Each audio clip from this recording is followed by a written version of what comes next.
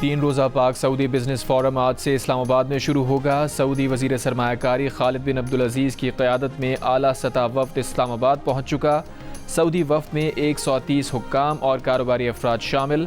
पाकिस्तान और सऊदी अरब के दरमियान $2 अरब के मुआहिदों का इम्कान। तवानाई, mining, minerals, agriculture, business, tourism, industry, अफराद क़ुव्वत समेत मुख्तलिफ शोबों में कई मुआहिदे मुतवक्के।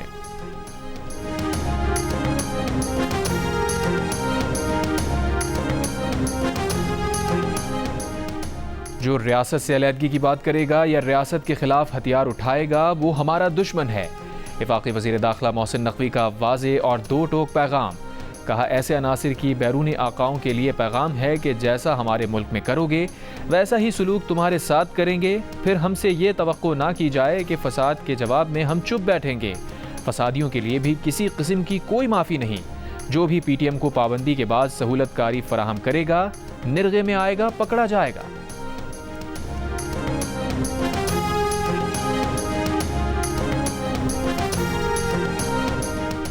बिलावल भुट्टो जरदारी ने कहा है कि आईनी तरमीम पर हुकूमत के पास ज़मीर पर वोट लेने का ऑप्शन मौजूद है। सबको साथ लेकर चलना चाहते हैं, इत्तफाक़ राय की कोशिश कर रहे हैं। आईनी तरमीम पर जल्दी हुकूमत को हो सकती है, पीपल्स पार्टी को नहीं।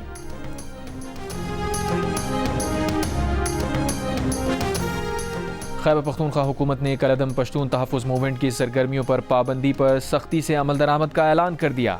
वज़ीर आला खैबर पख्तूनख्वा के तर्जुमान बैरिस्टर सैफ ने कहा, PTM आईन पाकिस्तान और रियासत पाकिस्तान मुखालिफ सरगर्मियों में मुलव्विस है। किसी जलसे, जुलूस और सरगर्मी की इजाज़त नहीं दे सकते।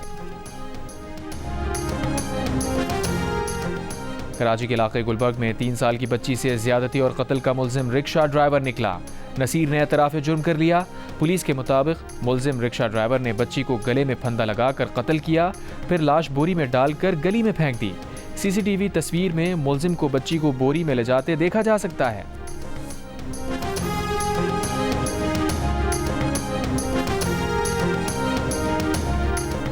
मोटरवे M9 पर बुलारी के करीब ट्रैफिक हादसा, 3 अफराद जाँ बहक। तर्जुमान मोटरवे पुलिस के मुताबिक हादसा टायर निकल जाने के बायस पेश आया।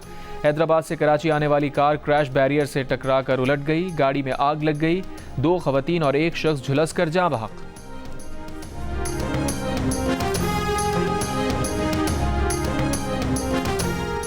आज से कराची में गैर कानूनी जाली सरकारी नंबर प्लेट्स इस्तेमाल करने वालों के खिलाफ क्रैकडाउन होगा। Traffic police, anti car lifting cell और सिंध पुलिस मिलकर कार्रवाई करेंगे।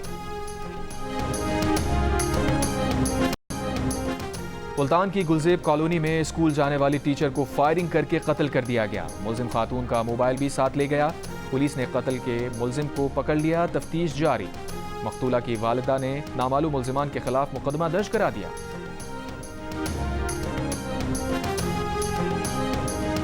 डेंगू के डेन 2 वायरस की तशखीस पर डिप्टी कमिश्नर रावलपिंडी ने जिला भर में डेंगू इमरजेंसी नाफिज कर दी। डेंगू लार्वा बरामद होने पर मुतादिद कमर्शियल इमारतें सील। वजीर सेहत पंजाब ने कहा, डेंगू लार्वा मिलने पर कोई रियायत नहीं करेंगे। हुकूमत कब तक लोगों के घरों के कूलर साफ करती रहेगी।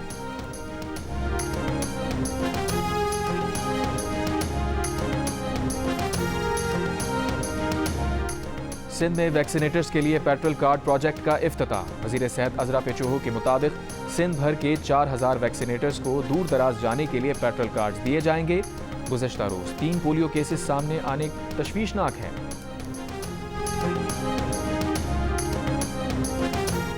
इसराइल की जानिब से लबनान के शहरी इलाकों में हमलों का सिलसिला जारी। प्रोग्राम कैपिटल टॉक के मेज़बान हामिद मीर के लबनान में जंगज़दा इलाकों में सफ़र के दौरान शहरी आबादी पर इसराइल ने हमला कर दिया। सीनियर सहाफ़ी हामिद मीर ने बताया, इसराइल ने लबनान पर 16 रॉकेट फायर किए। प्रोग्राम में दिखाया गया कि शहरी आबादी पर हमलों की वजह से कई लबनानी ख़ानदान सड़कों पर ज़िंदगी गुजारने पर मजबूर हैं। कई ने अपनी गाड़ियों को ही आर्जी घर बना लिया।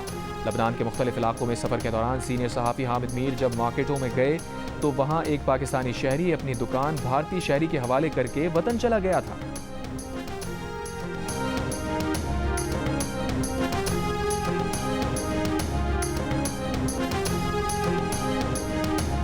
इसराइली फौज ने जबालिया पनागुज़ीन कैंप में एक बार फिर ऑपरेशन शुरू कर दिया। इसराइली बमबारी से एक सहाफ़ी समेत 20 से ज़ायद फ़लस्तीनी शहीद। गज़ा के पनागुज़ीन कैंपों पर भी हमले। 24 घंटों में मज़ीद 40 से ज़ायद फ़लस्तीनी शहीद। मकबूजा मगरबी किनारे में इसराइली फ़ौज की गाड़ी पर फायरिंग, 4 फ़लस्तीनी शहीद। लबनान में हिज़्बुल्लाह अहदाफ पर इसराइली फ़ौज के हमले जारी।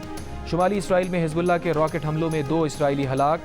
इसराइल के शहर हुज़ैरा में चाकू हमला, 6 अफराद जख्मी। लबनान की सूरत हाल और जंगबंदी की कोशिशों पर बातचीत के लिए फ्रांस ने आलमी वुज़रा का इजलास 24 अक्टूबर को तलब कर लिया।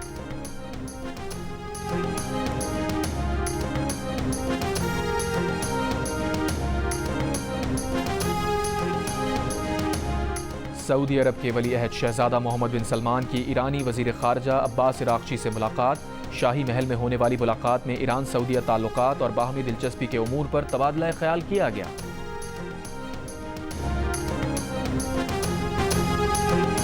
इसराइली वज़ीर दिफा ने कहा है कि इसराइल का ईरान पर हमला मोहलिक, मुतनासिब और हैरान कुन होगा। इनको समझ नहीं आएगा क्या और कैसे हुआ, वो बस नताइज को देखेंगे। दावा किया कि ईरान के मिसाइल हमले जारहाना थे, लेकिन निशाना दुरुस्त ना होने से नाकाम हुए। जो भी इसराइल पर हमला करेगा भारी कीमत चुकाएगा।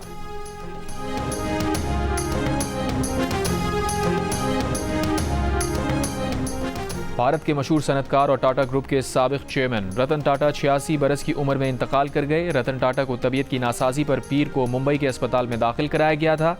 रतन टाटा ने 1991 में टाटा ग्रुप की बागडोर संभाली। उन्होंने कंपनी को तरक्की की बुलंदियों पर पहुंचाया और टाटा ग्रुप को $100 अरब मालियत तक पहुंचा दिया।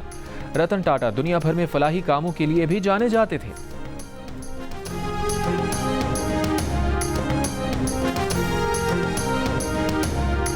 हमारे PIA के मलेशिया में जो स्टेशन मैनेजर थे, तो उसको लेके पाकिस्तान में बड़ी बातचीत हुई। इस्लाम के काम के लिए आप निकले हों तो 500-600 किलो सामान जो आप छोड़ आए उसे भी दरगुजर कर। मेरे आबाओ अजदाद इंडिया, भारत में इस्लाम के नाम पर एक मुल्क पाकिस्तान बनने की खातिर अपनी हवेलियां, अपनी जायदाद, अपना सब कुछ छोड़ आए।